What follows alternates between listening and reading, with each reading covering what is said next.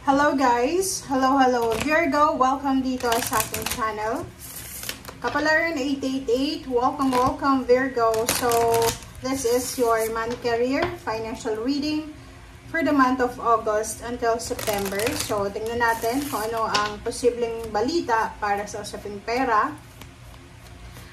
Kung gusto mong magkapera, pwedeng meron dito mga messages or may mga bagay kayong dapat planuhin regarding financial or money, tangible or earthly things. Okay, Virgo. First card mo dito ay cherishing self. I accept and love myself. So, kung makikita mo dito, healthy living, healthy eating. Sinasabi ng baraha sa'yo dito, Virgo, na yung focus ng baraha mo dito is taking care of yourself. Yung parang kailangan mong alagaan ang sarili mo para umasenso ka. Which is yung iba sasabihin na, bakit ganun? Wala namang koneksyon yung pag-aalaga sa sarili para sa pag-asenso. No.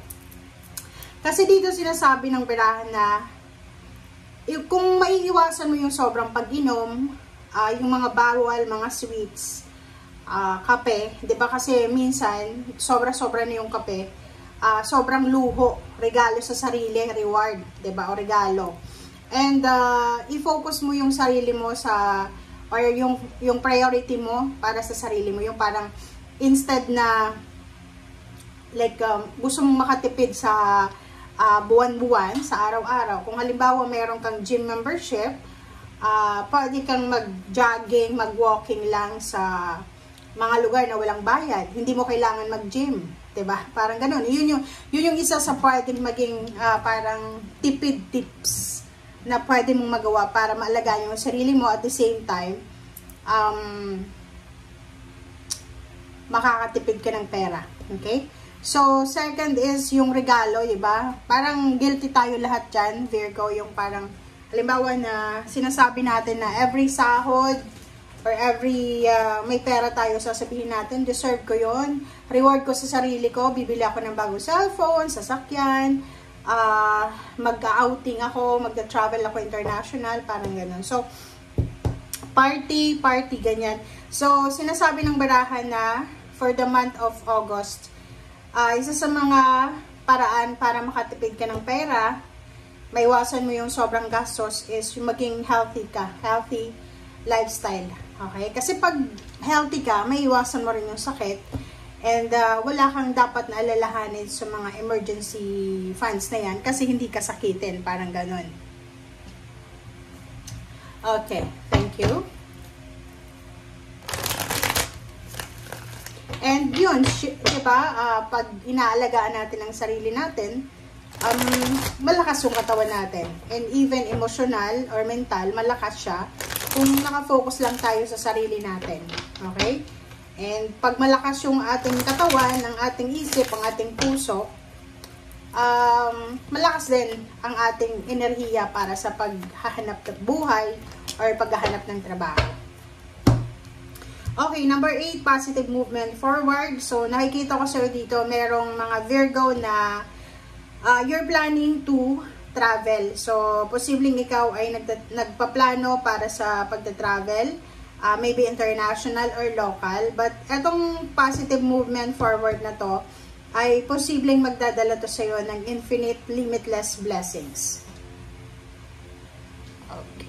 I hope na nakikita nyo guys. Pasensya na kung hindi masyadong kita. Hindi masyadong align yung mga baraha natin pag nilalagay ko. So, comment down below if mayroong mga Virgo na lilipat ng bahay, lilipat ng lugar, magta-travel sila for work or for business, parang ganon. Ma-assign ka sa ibang lugar. Okay, 3 of Cups. King of Cups. Page of Swords. Okay, Ace of Cups. Knight of Cups, ay Knight of Swords, sorry, and Page of Cups. 1, 2, 1, 1, 2, 1, 2, 3, 4. Okay.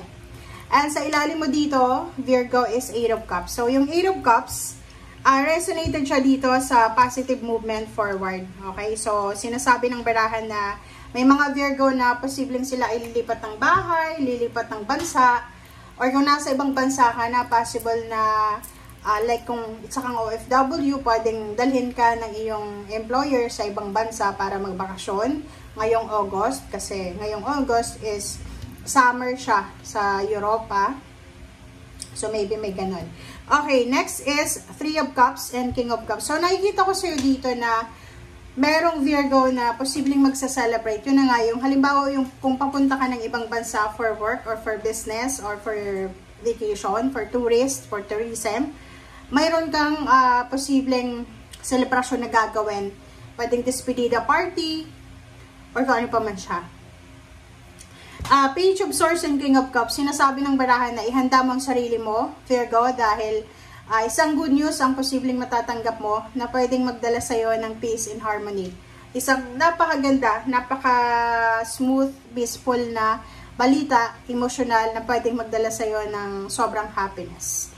Knight of Swords and Page of Cups, sinasabi ng barahan na Virgo, you are lucky because in the near future, sa mga susunod na araw, buwan na taon, may mga tao sa paligid mo na pwedeng like-minded kayo eh. Yung parang makakatagpo ka ng katrabaho na pareho yung mindset nyo, or kaibigan, or mga individual to na pwedeng suportahan ka sa kung anong plano mo sa buhay para umasenso.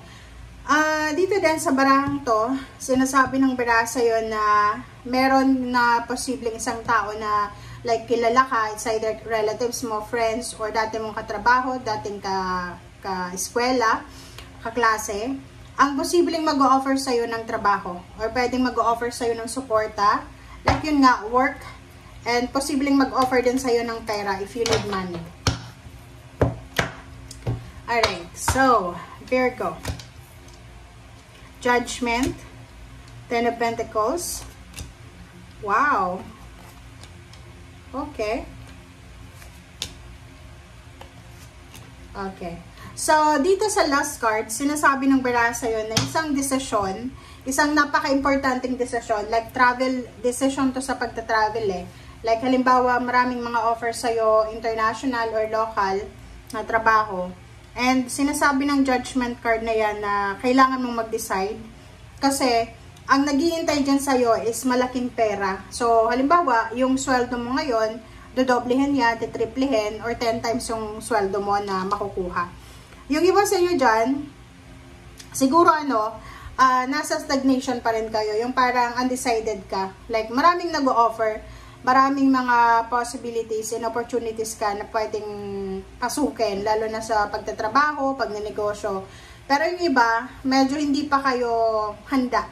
So, sinasabi ng baraha sa'yo dito na take risk. Kung gusto mo talagang umasenso yung buhay mo, take risk, lalo na sa pagnenegosyo, pagbabalanse, parang ganun. And if you are single, Virgo, sinasabi ng baraha na posibleng ikaw ay makatagpo ng isang tao na pwedeng manligaw sa'yo, and siya ay financially stable, financially secured, and maganda yung takbo ng kanyang finances.